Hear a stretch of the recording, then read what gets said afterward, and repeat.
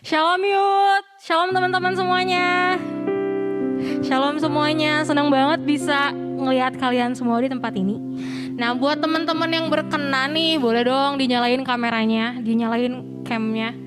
On cam. Jadi aku bisa lihat nih ada siapa-siapa aja. Di sini yang on cam baru Ko Aris, ada Ezra, ada Bang Saud Kamaria, hai apa kabar? Ada Ko Dharma, halo Ko, ada Ciria, ada Rahel, siapa lagi? Ada Jason, halo Jason. Ada Bang Paulus, ada Karina, cantik banget Karina hari ini. Hai Karina. Teman-teman yang lain juga boleh on cam ya biar bisa saling lihat satu sama lain. Aku mau sapa-sapa juga teman-teman yang dari satelit nih, yang dari Jatinangor, mana? Teman-teman yang dari Majalaya, Bale Endah, mahasiswa timur, mahasiswa selatan, mana lagi ya, pelajar timur, barat, selatan semuanya.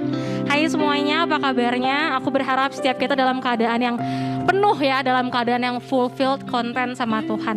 Nah tapi teman-teman, apapun yang teman-teman rasakan saat ini, satu pesan Tuhan adalah nyanyi bagi Dia. Kita mau joget buat Tuhan. Buat teman-teman yang mau duduk juga gak apa-apa. Kita mau sama-sama tanggalkan setiap beban kita mau tinggikan Tuhan kita. Nyanyi bagi Dia. Let's go.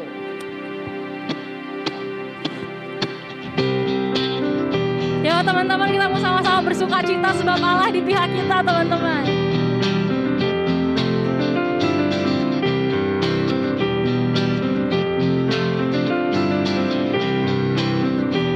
Angkatlah suaramu. Angkatlah suaramu. Puji dan serukan nama Yesus. Tanggalkan bebanmu. Tak perlu kau khawatir, sebab Dia sanggup. Gerakkan kakimu. Menarilah dan bertepuk tangan. Bersukacitalah. Tak perlu kau khawatir, sebab Dia sanggup.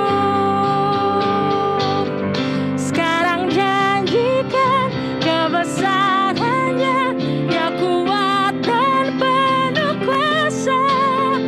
Bersorak-sorai karena kasih-Nya telah datang melawat kita. Nyanyi bagi Dia. Dari awal lagi ya teman-teman, sama-sama katakan angkatlah suaramu. Angkatlah suaramu. Puji dan serukan nama Yesus. Tanggalkan bebanmu. Tak perlu kau khawatir, sebab Dia sanggup. Gerakkan kakimu. Menarilah dan bertepuk tangan. Bersukacitalah. Tak perlu kau khawatir, sebab Dia sanggup. Sekarang janjikan kebesarannya. Dia kuat dan penuh kuasa. Bersorak-sorai karena kasih-Nya telah datang melawat kita. Nyanyi bagi Dia. Sekarang janjikan kebesarannya. Dia kuat dan penuh kuasa. Bersorak-sorai karena kasih-Nya telah datang melawat kita. Nyanyi bagi Dia. Sekarang janjikan kebesarannya. Dia kuat dan penuh kuasa. Bersorak-sorai karena kasih-Nya telah datang melawat kita. Nyanyi bagi Dia. Nyanyi bagi Dia. Nyanyi bagi Dia. Nyanyi bagi Dia. Sekali lagi teman-teman, nyanyi bagi Dia.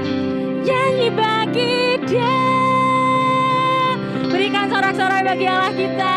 Haleluya. Terima kasih Tuhan, sebab kalau Engkau ada di pihak kami Tuhan, siapakah lawan kami Tuhan? Sebab jika Engkau adalah bagian kami, apalagi Tuhan yang kami butuhkan Tuhan selain Engkau. Terima kasih Tuhan. Sebab tidak ada Tuhan satupun di dunia ini yang bisa memisahkan kami Tuhan, anak-anak-Mu daripada Engkau Tuhan, daripada kasih-Mu Tuhan.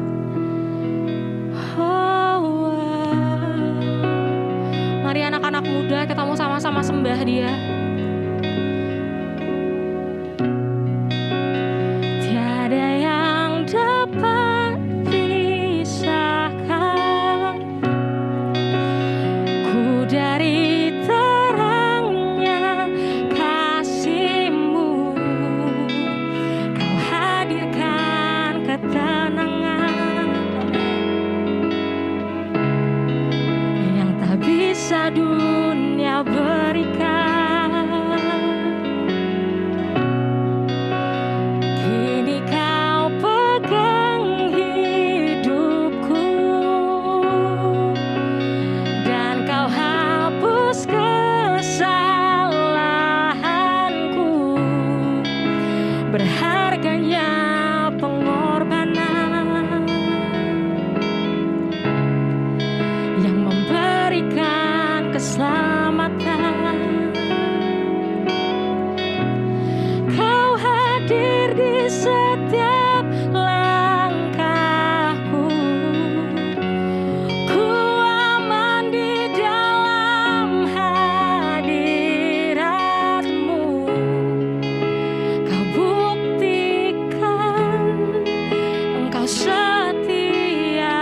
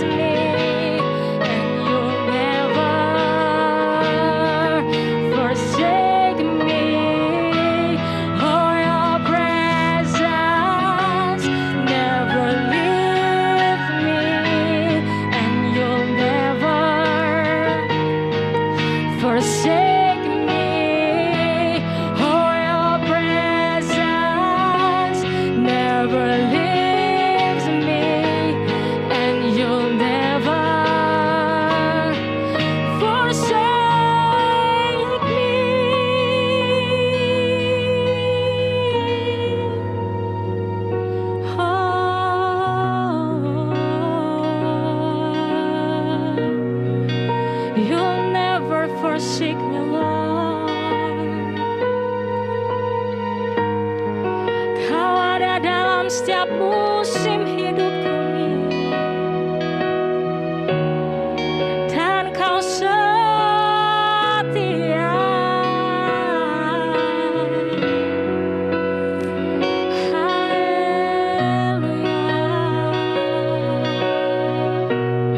Tiada yang dapat pisahkan kami Tuhan. Setiap kekhawatiran kami, ketakutan kami, segalanya, tiada yang bisa pisahkan kami dari kasih-Mu. Kami bersyukur Tuhan pagi hari ini kami boleh berkumpul secara online. Kami berterima kasih kami bisa beribadah bersama-sama. Karena kami tahu Tuhan, anugerah Tuhan yang ajaib atas kami Tuhan. Terima kasih pagi ini kami boleh menyembah Tuhan. Kami boleh menyadari betapa baiknya Tuhan kepada kami. Dan kami boleh bersama-sama bersyukur kepada-Mu. Kami berdoa saat ini supaya Kau terus memimpin kami sepanjang ibadah ini.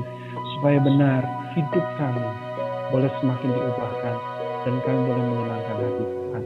Kau yang membawa kami masuk dalam ketetapan-Mu, bawa kami masuk dalam maksud hati-Mu sendiri Tuhan. Supaya sepenuhnya apa yang menjadi kerinduan-Mu, keinginan-Mu untuk mengalirkan berkat-Mu, kemuliaan-Mu itu nyata melalui hidup kami. Terima kasih Tuhan. Di dalam nama Tuhan Yesus, pengurapan-Mu bekerja atas kami. Demi nama Yesus kami berdoa. Amin. Shalom. Pagi hari ini siang hari ini sangat bersukacita sekali bisa ketemu lagi dengan teman-teman. Semuanya dalam keadaan baik-baik saja, oke? Saya bersyukur untuk semua kebaikan dan anugerah Tuhan. Dan kita mau sama-sama terus belajar kebenaran firman yang tentunya punya kuasa untuk mengubahkan kita. Karena firman Tuhan bilang bahwa Injil adalah kekuatan Allah yang akan mengubahkan, yang akan menyelamatkan kita. Oke, hari ini kita akan bahas sama-sama tentang memuridkan seperti Tuhan Yesus. Ini sebetulnya ini satu topik yang berat gitu ya. Tapi saya rindu sekali sama-sama kita pelajari apa yang menjadi firman Tuhan buat setiap kita. Firman Tuhan berkata di dalam Matius 28, karena itu pergilah, jadikanlah semua bangsa muridku, dan baptislah mereka dalam nama Bapa dan Anak dan Roh Kudus, dan ajarlah mereka melakukan segala sesuatu yang telah kuperintahkan kepadamu. Dan ketahuilah, aku menyertai kamu senantiasa sampai kepada akhir zaman. Nah, teman-teman perhatikan baik-baik, ada satu penekanan yang luar biasa. Pergilah dan jadikanlah semua bangsa muridku. Jadi ada satu penekanan yang luar biasa yang Tuhan mau untuk kita menjadikan semua bangsa, itu murid. Bukan sekedar orang percaya, bukan sekedar orang yang beragama Kristen, bukan cuma sekedar orang-orang yang rajin beribadah. Tapi ada satu kategori yang sangat luar biasa, Tuhan rindu kita menjadi murid. Dan tentu saja, kalau Tuhan rindu kita menjadikan semua bangsa murid, maka pertama, terlebih dahulu, kita harus menjadi murid. Ada satu ciri yang luar biasa menjadi seorang murid, itu adalah belajar terus-menerus, atau istilah kerennya continuous learning.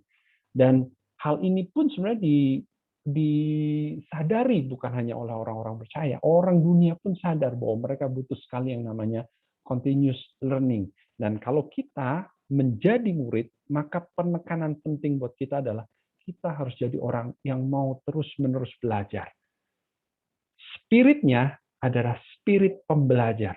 Ada kehausan, kelaparan untuk mau belajar. Untuk lebih lagi mau diubahkan. Memberi diri diubahkan atas apa yang kita pelajari. Nah, itu sebabnya teman-teman, kalau hari ini nanti, setelah saya menyampaikan beberapa pendahuluan ini, kita akan masuk dalam breakout room. Di breakout room mungkin ada yang berpikir, aduh saya nggak suka karena ditanya-tanya, atau saya nggak lebih suka kalau bentuknya ibadah aja lah, soalnya nggak menyentuh-nyentuh saya gitu kan ya. Tapi ketika kelompok kecil kayaknya ditanya-tanya jadi nggak enak. Sekali lagi sama-sama teman-teman, balik ke ayat firman ini, menjadi seorang murid, memiliki spirit pembelajar. Kita mesti mau memiliki satu hati untuk memberi diri diubahkan. Nah, kalau misalnya kita cenderung menyendiri, cenderung nggak mau kenal sama orang, cenderung nggak mau ditanya, cenderung nggak mau ada kakak pembimbing, maka kita akan sulit sekali berubah. Tapi kalau misalnya kita memberi diri, dibuka, ada hal-hal yang perlu dikoreksi dalam diri kita, dalam kelompok kecil, maka kita memiliki spirit pembelajar. Itulah sebetulnya esensi atau arti yang paling dasar dari seorang murid. Oke? Dan teman-teman, kalau kita lihat bagaimana Tuhan Yesus pergi bareng-bareng sama muridnya, tentu saja kita bertanya, ya, seperti apa sih pemuridan yang Tuhan Yesus jalankan? Nah, hari ini kita mau sama-sama belajar pemuridan atau bagaimana Yesus memuridkan murid-muridnya, tapi dalam satu frame sama-sama. Kita pun sama-sama belajar.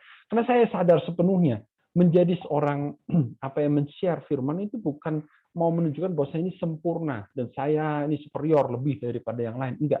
Tapi mari sama-sama belajar. Memuridkan seperti Yesus itu seperti apa. Tentu saja kita perlu sama-sama pahami apa sih yang membuat Yesus memuridkan.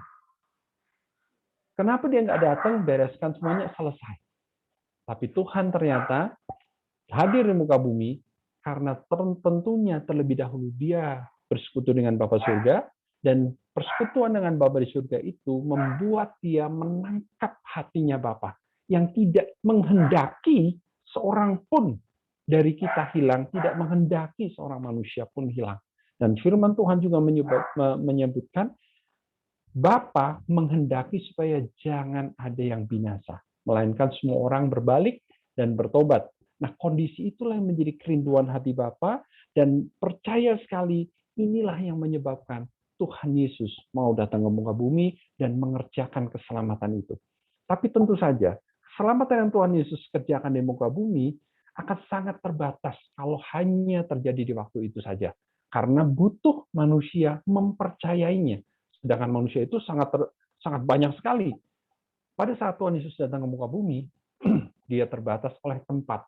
Ketika dia ada di Yerusalem, dia nggak ada di Galilea. Ketika dia ada di Galilea, dia nggak ada di tempat-tempat yang lain. Jadi ada keterbatasan tempat. Belum lagi keterbatasan waktu.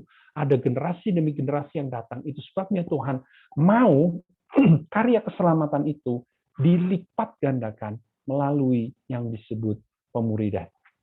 Jadi teman-teman, karya keselamatan harus sampai kepada semua manusia di berbagai tempat dan di berbagai zaman.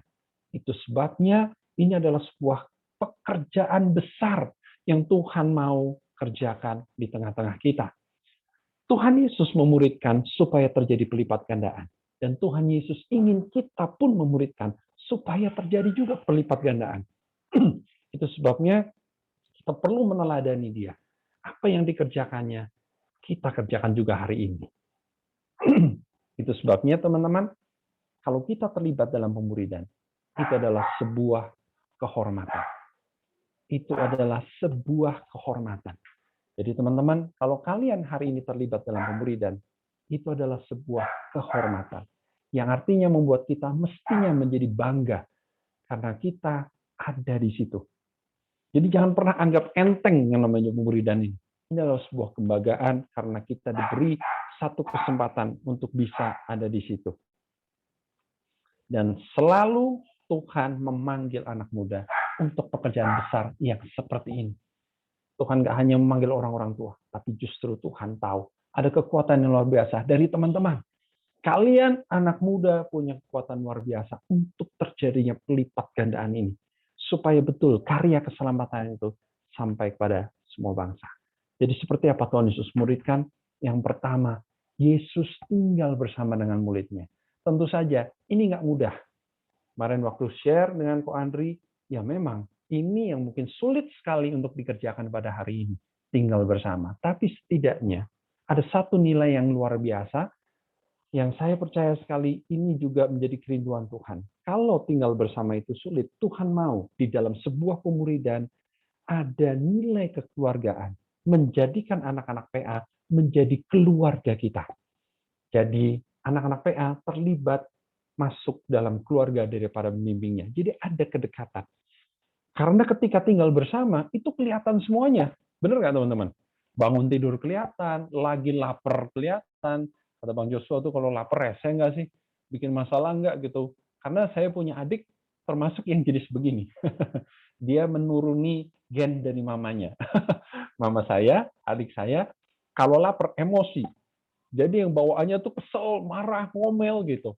Nah, kita mulai sadar nih, pokoknya kalau sudah deket-deket jam makan, udah mulai kesel, marah, emosi, ya kita bilang udah langsung cep, kita kasih makan aja. Gitu. Begitu kasih makan, lebih tenang. Nah, itu kelihatan semua teman-teman ketika kita tinggal bersama. Gimana hidupnya, gimana orangnya bersihan atau enggak, ketahuan semuanya. Dan saya percaya ketika Tuhan Yesus tinggal sama mereka, semuanya terbuka. Dan kesaksian yang kemarin dibagikan sama Bang Saud sangat memberkati saya. Ketika Bang Saud melakukan pemuridan, dia belajar untuk bisa apa adanya dengan anak-anak PA-nya, ada keterbukaan, juga termasuk bicara pergumulan-pergumulan, bicara kelemahan, bicara hal-hal yang masih kurang, dan berbagi hidup. Nah, tentu saja mungkin orang berpikir, kalau pembimbing gua aja begini, ngapain gua ikut dia? Nah, makanya kita balik lagi ke yang pertama. Menjadi murid bicara mengenai continuous learning, belajar terus-menerus. Jadi di dalam keterbukaan, tentu kita akan saling lihat apa yang kurang dari pembimbing kita. Mungkin saja kita menuntut mereka. Yang paling penting adalah ketika kita sama-sama punya spirit belajar, maka kita sama-sama untuk bilang, saya kurang. Sebagai pembimbing saya kurang, tapi saya sedang belajar. Nah, ketika kita sama-sama belajar seperti ini, powernya sangat luar biasa. Kita bertumbuh, kita membawa perubahan yang dahsyat. Jadi ketika kita tinggal bersama, kita harap, kita rindu sekali. Pemuridan yang kita jalani bukan seperti seorang pembimbing yang datang sebagai guru les, kali-kali datang tanpa kita tahu hidup dia. Tapi justru sebagai seorang yang terus-menerus berkomunikasi, bukan cuma pas pertemuan atau pas PA, tapi di dalam kehidupan sehari-hari. Saya pun masih belajar dalam hal ini. Saya sangat kurang membangun komunikasi dengan anak-anak PA, tapi saya rindu. Ketika ada ayat seperti ini, maka benar ini mengingatkan dan ini membawa satu pola pemuridan yang menjadi lebih baik. Nah, ketika kita ada dalam keterbukaan, maka seorang pembimbing mengizinkan anak PA-nya melihat hal-hal yang masih kurang dalam dirinya dan bagaimana dia bergumul. Nah, ini yang penting. Bukan bagaimana tiba-tiba jadi sempurna, tapi bagaimana dalam prosesnya ada pergumulan di sana. Oke, itu sebabnya menguatkan sekali nilai keluargaan di gereja kita. Kekeluargaan. Lalu yang kedua, Yesus melihat dengan iman. Di dalam memuridkan anak-anak muridnya, Tuhan Yesus melihat dengan iman kepada mereka. Murid-muridnya itu bukan orang-orang yang baik-baik, latar belakangnya sudah baik-baik, tidak. Bahkan seringkali muncul keegoisan dari mereka, muncul mau menang sendiri, muncul sok-sok jagonya. Tapi Tuhan Yesus melihat dengan iman kepada mereka. Itu sebabnya ketika mereka berkumpul, Tuhan Yesus berani melihat pada mereka dan berkata, engkau garam dunia, engkau terang dunia. Pertanyaannya, apakah mereka sudah jadi garam? Belum. Apakah mereka sudah terang yang sangat luar biasa? Belum juga. Tapi Tuhan Yesus dengan iman berkata kepada mereka, engkau garam, engkau terang. Teman-teman, itu juga yang kita perlu pelajari di dalam PA kita.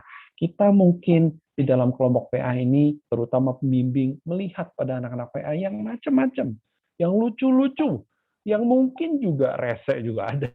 Ada yang nggak berubah-berubah, ada yang mungkin bikin kehel, yang bikin kesel si pembimbingnya. Gimana nih nggak berubah-berubah, udah sekian lama sih sudah lakukan ini, itu masih juga nggak berubah. Nah, tapi kita belajar dari Tuhan Yesus, melihat dengan iman dan berkata-kata dengan iman. Jadi kita terus menabur dalam doa, kita menabur dalam perkataan baik kita, mendoakan mereka, supaya betul apa yang menjadi bagian kita seperti tertulis dalam firman Tuhan. Paulus menanam, Apolos menyiram, tapi Tuhan yang memberi pertumbuhan. Artinya ada bagian kita untuk terus berdoa, menaburkan perkataan baik, menaburkan perbuatan baik. Mau berubah nggak berubah, kita terus lakukan yang terbaik, karena pada saatnya Tuhan yang akan memberi pertumbuhan. Yang ketiga, Tuhan Yesus mengajar mereka. Mengajar bukan hanya sekedar sharing informasi, tapi saya percaya ketika Tuhan Yesus mengajar, itu membukakan sesuatu. Yang tadinya mereka nggak lihat, jadi lihat. Yang tadinya mereka nggak ngerti, jadi mengerti. Dan tentu saja, ini pasti Tuhan Yesus menyatakan kebenaran atau firman. Karena kebenaran itulah yang memerdekakan. Jadi ketika seseorang dibuat mengerti satu kebenaran, dia merdeka. Nah, ketika dia merdeka, firman itulah yang sebenarnya sedang bekerja dalam hidupnya.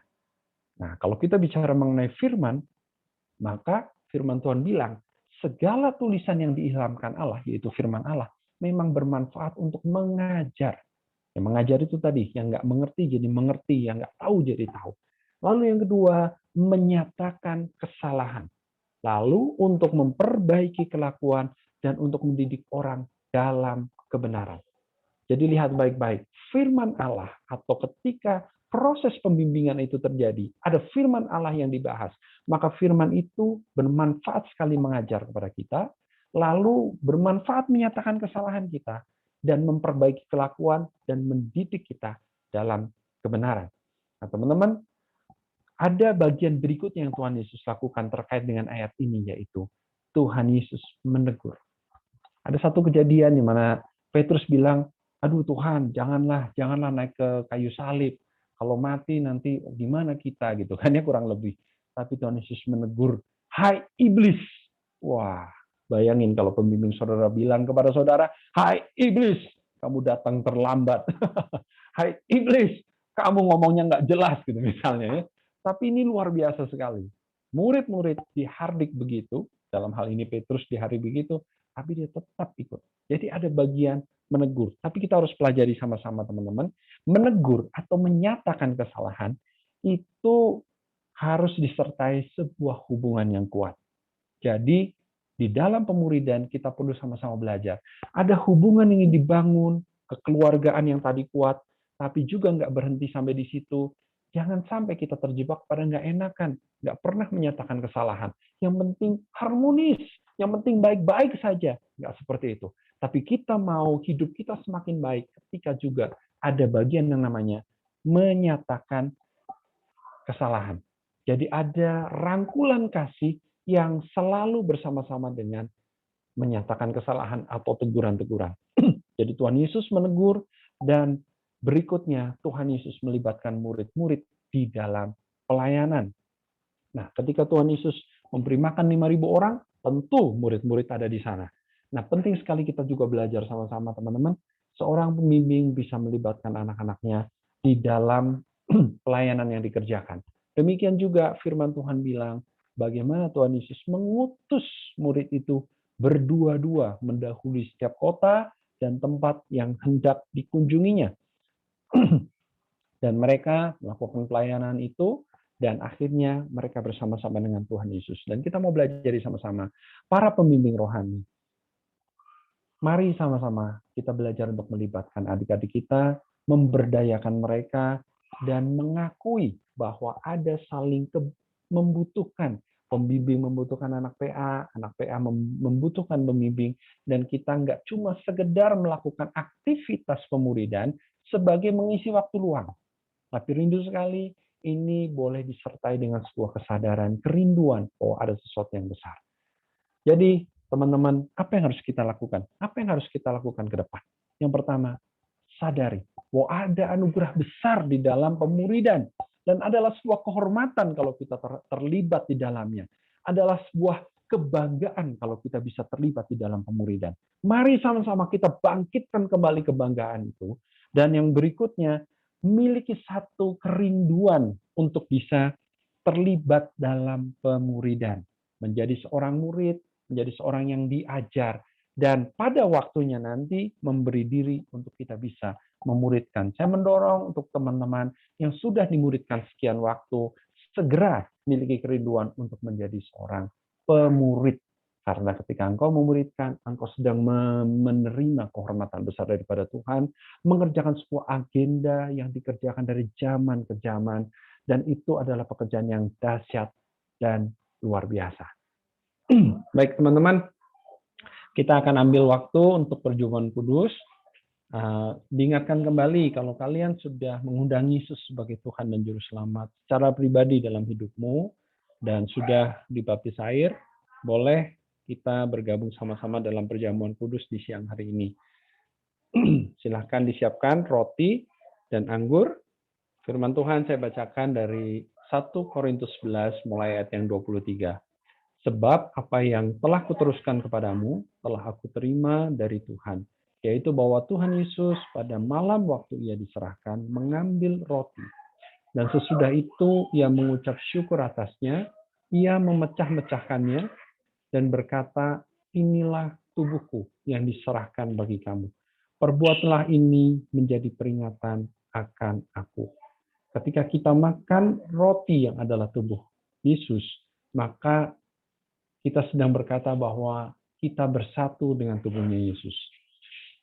Pada hari itu orang nggak mengerti banyak tentang bagaimana biologi manusia.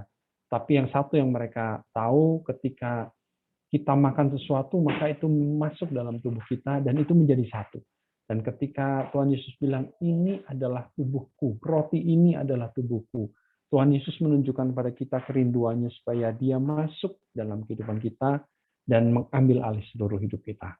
Mari kita makan roti ini. Demikian juga ia mengambil cawan, sudah makan lalu berkata, cawan ini adalah perjanjian baru yang dimeteraikan oleh darahku. Perbuatlah ini setiap kali kamu meminumnya menjadi peringatan akan aku. Ketika Tuhan Yesus mengangkat anggur, dia berkata, ini adalah perjanjian baru. Jadi dengan kata lain, Tuhan Yesus membuat perjanjian dengan darah. Jadi mungkin teman-teman pernah dengar, ada suku-suku pedalaman, ada orang-orang tertentu yang membuat perjanjian dengan darah. Itu menunjukkan perjanjian yang kekuatannya sangat luar biasa. Nah, waktu Tuhan Yesus membuat perjanjian darah, dia mau menunjukkan kekuatan yang luar biasa dari perjanjian itu. Tuhan Yesus mau menegaskan tidak pernah bisa dipatahkan, dihancurkan oleh apapun juga.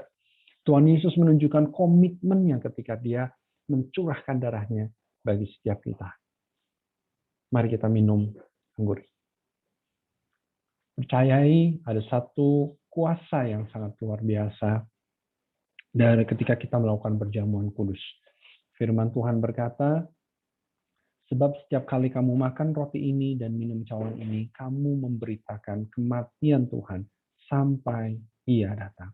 Tuhan Yesus akan datang kedua kali, tapi Dia rindu sekali bisa menemukan kita yang adalah gerejanya sebagai mempelai yang cemerlang, yang bersih dari dosa, yang tidak hidup dalam dosa. Karena kuasa darah Yesus itu telah mengubahkan hidup kita. Kita yang hilang dan tersesat ditemukan oleh Tuhan. Kita yang penuh dengan noda, kita disucikan oleh Tuhan. Kita yang salah, kita dibenarkan. Kita yang ada dalam gelap, kita dipindahkan kepada terang yang ajaib. Kita yang hancur dipulihkan oleh Tuhan. Kita yang terikat, ada kuasa melepaskan kita. Kita yang dulunya hamba dosa, kita dimerdekakan dan menjadi hamba kebenaran. Yang dulunya hidup kita mungkin banyak sekali tuduhan-tuduhan. Kita merasa diri kita nggak berharga, sampah. Tapi Tuhan ubahkan kita, Dia bayar dengan darah yang mahal. Menunjukkan betapa berharganya kita. Kita hidup dengan penuh kekalahan. Kita dimampukan untuk hidup dengan penuh kemenangan. Firman Tuhan nyatakan kepada kita dalam Galatia 2. Sebab aku telah mati oleh hukum Taurat untuk hukum Taurat, supaya aku hidup untuk Allah. Aku telah disalibkan dengan Kristus, namun aku hidup. Tetapi bukan lagi aku sendiri yang hidup, melainkan Kristus yang hidup di dalam aku. Dan hidupku yang kuhidupi sekarang di dalam daging adalah hidup oleh iman dalam anak Allah yang telah mengasihi aku dan menyerahkan dirinya untuk aku. Mari kita bersatu dalam doa. Bapa, kami sangat bersyukur untuk anugerah-Mu yang sangat luar biasa bagi kami. Engkau menebus kami, Engkau menyucikan kami, dan Engkau memberikan hidup yang baru kepada kami. Kami ambil bagian dalam kehormatan yang Tuhan sediakan. Kami menerima kehormatan untuk bisa memberitakan kematian Tuhan, kebangkitan Tuhan, dan keselamatan di dalam Tuhan. Kami rindu sekali karya keselamatan Kristus yang 2000 tahun lalu itu bisa terus dilipat gandakan melalui kehidupan kami. Terima kasih. Kami berdoa untuk kelompok-kelompok PA, pemuridan demi pemuridan yang kami jalankan. itu penuh dengan keterbukaan, penuh dengan hati yang terus mau belajar, terus membangun, terus Tuhan kami belajar pemuridan seperti yang Yesus lakukan, sehingga kami bisa melihat ada dampak yang luar biasa bagi generasi ini dan bagi generasi demi generasi ke depan. Terima kasih Tuhan Yesus, terima kasih. Hanya di dalam nama Yesus kami telah berdoa dan mengucap syukur. Mari sama-sama katakan, amin.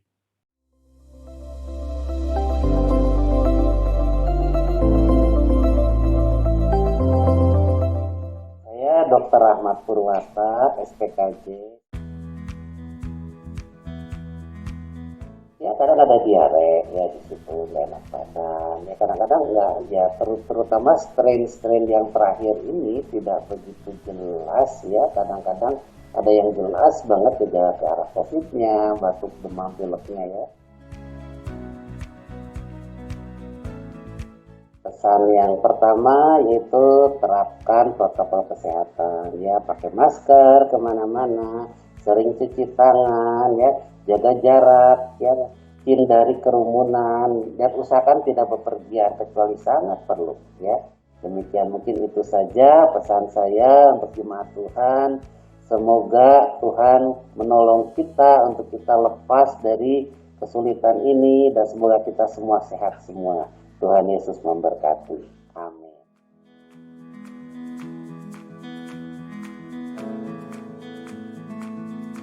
Bagaimana dengan warga Bapak di RW 5 ini Pak? Dengan membina ini bagaimana nanti salurkannya ke beberapa RT Pak?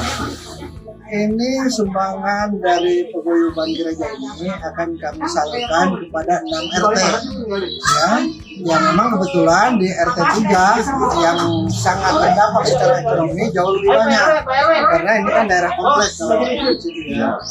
Sedangkan di sini adalah di bantaran rel kereta api. Tentu saja sangat bermanfaat ya ini buat warga dan sangat terbantu. Mudah-mudahan dengan bantuan ini membawa kebaikan ya buat masyarakat maupun buat paguyuban gereja supaya sama-sama kita mendapatkan kebaikan dari Tuhan Yang Maha Kuasa. Amin. Ya, makasih ya Pak RW ya. Pertanyaan bagaimana Bu dengan keadaan warga di sini yang telah menerima sumbangannya dari paguyuban baik dari gereja-gereja. Bagaimana Bu barang ini nanti kemana Bu Ibu sampaikan ini? Makasih Bu. Sampaikan ke masyarakat langsung, sebenarnya dipanggil bertahap gitu. Jadi untuk sembako ini mudah-mudahan nanti berlanjut. Gitu. Ya. Makasih ya Pak ya. Jadi apa aja Bu yang di warga ini yang dibutuhkan apa tuh Bu? Ya paling besar paling utama kan ya sembako. Sembako ya. Nah mengenai vaksin ini bagaimana Bu? Apakah sudah vaksin sudah bisa semua masyarakat menerima belum? Belum bertahap dari usia. Dari usia. Ya. Jadi kendalanya itu ya. Ya dari usia. Mungkin Pak Bambang gimana Pak Bambang lihat lingkungan ini Pak? Kalau dari vaksin itu sebenarnya wilayah RW 5 tuh nggak masalah. Itu bertahap, udah beberapa kali vaksin tahap 1, tahap 2 udah terlaksana. Nah, jadi intinya sekarang terima kasih kepada yayasan juga atas bantuan sembakonya itu. Mudah-mudahan sangat-sangat sekali bermanfaat buat warga RW 5, Kelurahan Merdeka, Kecamatan Sumur Bandung, dan sangat-sangat terima kasih kepada yayasan yang telah membantu kepada langsung ke masyarakat. Terima kasih. Ya, makasih ya Pak Bambang sama Ibu RT ya. Jadi warganya sehat, jadi Amin. Amin. imannya tumbuh, Amin. imunnya tumbuh jadi aman. Ya, amin. Makasih ya. Ya.